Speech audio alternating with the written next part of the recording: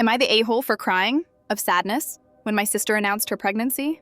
I, 17F, have an older sister, Beth, 23F. 2 years ago, Beth gave birth to a baby boy, Leo. She suffered intense postpartum depression to the extent where her boyfriend, Leo's father, kicked her out with the baby for some reason, and she came to live with us. I can't go into details, but her depression was severe. It made life a living hell for me. To come home from school and deal with my extremely depressed sister and a newborn baby.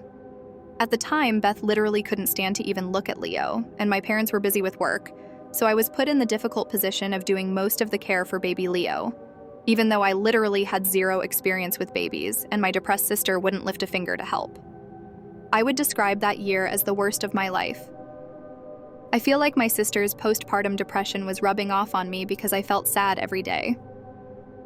Beth was in therapy during that year, and she did eventually get better and gradually started wanting to be more involved with Leo. Her boyfriend eventually took her and Leo back. I wasn't happy about this, but it's her decision. And she started actually being a good mom to Leo. I was relieved, honestly, and so were my parents. It was like a huge weight lifted from my shoulders, and every day I came home from school, I could come home to a happy environment instead of a sad, toxic one. So flash forward to last weekend. Beth, her boyfriend, now fiancé, and baby Leo came over for dinner. My grandparents were also there. After we'd finished dinner, we were having dessert, and out of the blue, Beth and her boyfriend made an announcement she was pregnant with a second child.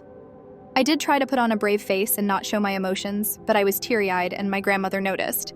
She leaned in and asked me what's the matter, and unfortunately the floodgates just opened uncontrollably. It seemed everyone was caught off guard, but they all immediately knew what I was crying about.